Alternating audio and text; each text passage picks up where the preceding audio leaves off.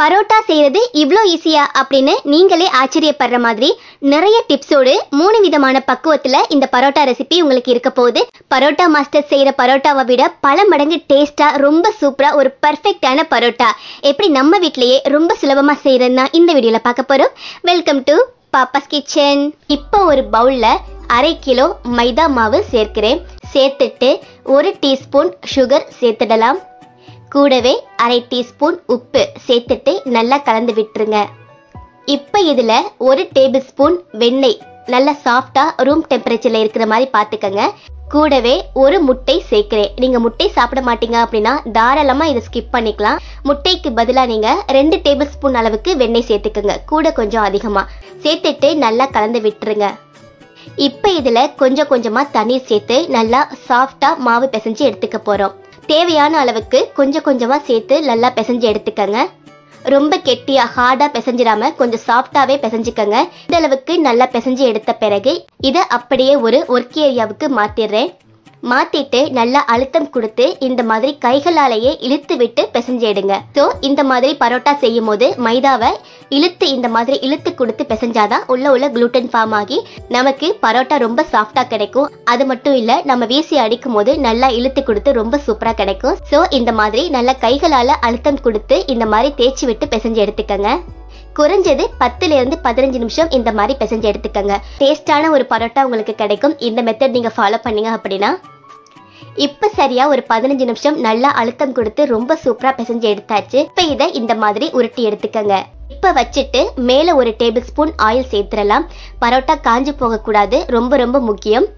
சேர்த்துட்டு ஒரு காட்டன் துணியை தண்ணீர்ல நனைச்சு பிழிஞ்சு எடுத்திருக்கேன். அதை வச்சு இந்த மாதிரி கவர் பண்ணிருங்க. இப்போ இது குறைஞ்சபட்சம் 1 மணி நேரம், அதிகபட்சம் 5 மணி நேரம். உங்களுக்கு டைம் கிடைச்சா 5 மணி நேரம் கூட அப்படியே ஊற வச்சிருங்க. இப்போ சரியா 2 மணி நேரத்திற்கு பிறகு பார்க்குறேன், ரொம்ப சூப்பராக ஊறி வந்திருக்கு. பாருங்க எவ்வளோ சாஃப்டா இருக்கு அப்படின்ட்டு. இதை இப்போ சின்ன சின்ன உருண்டைகளாக பிரித்து எடுத்துடலாம். இந்த மாதிரி கைகளில் வச்சு விரல்களால் ப்ரெஸ் பண்ணிங்க அப்படின்னா மேலே உருண்டு வரும் இல்லையா, அந்த மாதிரி தான் பரோட்டாவுக்கு உருண்டை எடுக்கணும். நார்மலாக நம்ம சப்பாத்தி பூரிக்கு மாதிரி கைகளால் கிள்ளி பிச்சு எடுக்கக்கூடாது. அப்படி எடுத்தீங்கன்னா நிறைய கிராக்ஸ், நிறைய வெடிப்புகள் மாதிரி விழுகும். பாருங்க 2 பக்கமுமே வெடிப்பு இல்லாமல் ரொம்ப சூப்பராக கிடைச்சிருக்கு. எனக்கு 1/2 கிலோ மாவுக்கு 7 உருண்டைகள் கிடைச்சிருக்கு. இதோ ரெடியா இருக்கு. இப்போ இதில் 1 டேபிள் ஸ்பூன் ஆயில் சேர்த்துடலாம். ஏன்னா பரோட்டா சின்ன சின்னமாக உருட்டி எடுத்திருக்கோம் இல்லையா, ஸோ காஞ்சு போகக்கூடாது. சேர்த்துட்டு எல்லா உருண்டைகளையும் அந்த ஆயில் படுற மாதிரி லேசாக ப்ரெஸ் பண்ணி விட்டுருங்க.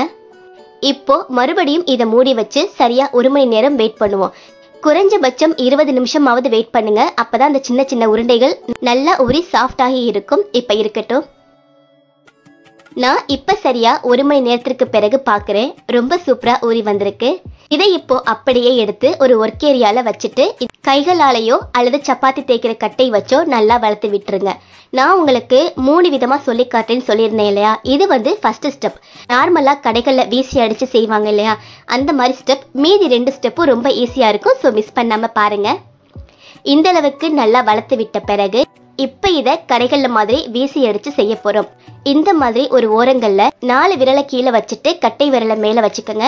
இந்த பக்கம் 4 விரல் மேல இருக்கணும், கட்டை விரல் கீழே இருக்கணும். இந்த மாதிரி வச்சாதான் உங்களுக்கு சரியா வீசி எடுக்க முடியும். இந்த மாதிரி வச்ச பிறகு இப்படி தூக்கி வீசி அடிச்சா போதும். நிறைய பேருக்கு இது வராது. எனக்குமே இப்போ வரைக்கும் அவ்வளோ பர்ஃபெக்டாலாம் வரல. அடிக்கடி செஞ்சு பழக்கப்பட்டீங்க அப்படின்னா உங்களுக்கு ரொம்ப சுலபமா வந்துடும். இந்த மாதிரி லேசா வீசி அடிக்கும் போது மாவு ரொம்ப மெல்லிசா போகும். பரோட்டா ரொம்ப சாஃப்டா இருக்கும், நம்ம கடைகளில் ஹோட்டல்ல கிடைக்கிற மாதிரி. இப்போ இதை இந்த மாதிரி ஓரத்தில் எடுத்து பார்த்தீங்க அப்படின்னா நல்லா லென்த்தாக இருக்கும். நீங்கள் வேணும்னா கை வச்சு இன்னும் கொஞ்சம் லேசாக லென்த்தாக இழுத்து விட்டுக்கலாம். ஏன்னா மைதா நம்ம நல்லா அழுத்தம் கொடுத்து பிசைஞ்சனால கட் ஆகாமல் நல்லா இழுத்து கொடுக்கும். இப்போ இதை இந்த மாதிரி ரவுண்ட் பண்ணிடலாம். பாருங்க எவ்வளோ சூப்பராக இருக்கு அப்படின்ட்டு. பாருங்க ரொம்ப ரொம்ப சூப்பரா பர்ஃபெக்டா வந்திருக்கு. இந்த மாதிரி நல்லா உப்பெல்லாம் மெல்லிசா இருக்கு இல்லையா, இந்த மாதிரி லேசா காத்து உள்ள போன மாதிரி பலூன் மாதிரி உப்பிட்டு இருந்தாவே உங்க பரோட்டா சாஃப்டா இருக்கும் கண்டிப்பா. ஏன்னா நம்ம வீசி அடிச்சு செய்யும் போது ரொம்ப மெல்லிசா இருக்கும். இப்போ அடுத்ததா 2வது ஸ்டெப். அதே மாதிரியே மாவு எடுத்துட்டு கைகளாலேயோ அல்லது சப்பாத்தி கட்டை வச்சோ இந்த மாதிரி நல்லா வளர்த்து எடுத்துருங்க. இந்த மாதிரி நல்லா வளர்த்து எடுத்துருங்க. உங்களால எவ்வளவு மெல்லிசா வளர்க்க முடியுமோ அந்த அளவுக்கு நல்லா வளர்த்து விட்டுருங்க. இப்போ இதை நம்ம வீசி அடிக்க போறதில்ல, ஒரு கத்தி வச்சு இந்த மாதிரி லேசா கட் பண்ணி எடுத்துக்க போறோம். எவ்வளோ நெருக்கமா உங்களால கட் பண்ண முடியுமோ அந்த அளவுக்கு நெருக்கமா கட் பண்ணிக்கங்க. ஏன்னா இந்த மாதிரி கட் பண்ணும்போது உங்களுக்கு பரோட்டா நல்லா லேயர் லேயரா ரொம்ப சூப்பரா இருக்கும். வீசி அடிக்க தெரியாதவங்க இந்த மெத்தட் ட்ரை பண்ணலாம். இப்போ இந்த மாதிரி கட் பண்ணிட்டு கத்தி வச்சே இந்த மாதிரி ஒன்று சேர்த்து விட்டுறலாம். கைகள் வச்சு ரொம்ப அழுத்தம் கொடுத்துடாதீங்க, அப்புறம் ஒன்னோட ஒன்று ஒட்டிக்கும். ஜஸ்ட் கத்தி வச்சே எடுத்து விடுங்க. இப்போ இந்த அளவுக்கு வந்த பிறகு இந்த மாதிரி ஓரங்கள்ல பிடிச்சு லேசா இழுத்து விட்டுருங்க. இன்னும் கொஞ்சம் நல்லா நீளமா போகும். நான் ஏற்கனவே சொன்ன மாதிரி மைதா தானே, நம்ம நல்லா அழுத்தம் கொடுத்து பிசைஞ்சனால நல்லா இழுத்து கொடுக்கும். இழுத்து விட்டுட்டு மறுபடியும் இதை ரோல் பண்ணிடலாம். பாருங்க, இதுவும் அதே மாதிரி ரொம்ப சூப்பரா வந்திருக்கு. ஆனா அந்த பலூன் மாதிரி உள்ள காத்து போயிட்டு உப்பெல்லாம் இருந்தது இல்லையா, இதுல மிஸ் ஆகும். அவ்வளவுதான். இப்போ அடுத்ததா மூணாவது ஈஸியான ஸ்டெப்பையும் பார்த்துடலாம். மறுபடியும் அதே மாதிரி மாவு எடுத்து வச்சு கைகளாலேயே நல்லா இழுத்து விட்டுருங்க. கைகளாலேயோ கட்டையாலேயோ எவ்வளோ முடியுமோ அந்த அளவுக்கு இழுத்து விட்டுருங்க. பின்னால உள்ள ஒர்க் ஏரியாவுடைய கலர் மாவுக்கு மேலே தெரியணும். அந்த அளவுக்கு நல்லா மெல்லிசா இழுத்து விட்டுருங்க. நீங்க மாவு அழுத்தம் கொடுத்து பிசைஞ்சிருந்தீங்க அப்படின்னா கண்டிப்பா அந்த மாதிரி மெல்லிசா மாவு இழுக்க வரும். முடிஞ்ச வரைக்கும் இந்த அளவுக்கு இழுத்து விட்டுட்டீங்க அப்படின்னா நார்மலா நீங்க கைகளால எடுத்து இந்த மாதிரி ரோல் பண்ணிடலாம். இந்த ஸ்டெப் நீங்க வீசி அடிக்கணும், கத்தி வச்சு கட் பண்ணணும் அப்படி எதுவுமே கிடையாது. ஈஸியா எடுத்துடலாம். இந்த ஸ்டெப்ல ரொம்ப முக்கியமான விஷயம், எவ்வளவு முடியுமோ அவ்வளவு தூரத்துக்கு நீங்க கைகளாலேயோ அல்லது சப்பாத்தி கட்டை வச்சோ வளர்த்து எடுக்கணும். அது மட்டும்தான் இந்த ஸ்டெப்ல முக்கியம். இதே மாதிரியே எல்லாத்தையுமே இதே மாதிரி செஞ்சு எடுத்துக்கங்க. பாருங்க, ரொம்ப சூப்பரா ரெடியா இருக்கு. இப்போ இதை உடனேயும் பரோட்டா செய்ய ஆரம்பிக்கலாம். அல்லது ஒரு அரை மணி நேரம் அப்படியே ஊற வச்சிட்டிங்க அப்படின்னா இன்னும் ரொம்ப சூப்பராக இருக்கும். நான் ஒரு அரை மணி நேரம் ஊற வைக்க போகிறேன். உங்களுக்கு டைம் இல்லைன்னா உடனேயே செய்ய ஆரம்பிக்கலாம், ஒன்றும் பிரச்சனை இல்லை. இப்போ சரியா அரை மணி நேரத்திற்கு பிறகு ஓப்பன் பண்ணி பார்க்குறேன். ரொம்ப சூப்பராக ஊறி வந்திருக்கு. இப்போ நார்மலா சப்பாத்தி தேய்க்கிற கட்டையில ஆயில் அப்ளை பண்ணிட்டு நம்ம மாவு மேலே வச்சு லேசா கைகளாலேயே இந்த மாதிரி தட்டி எடுத்துருங்க.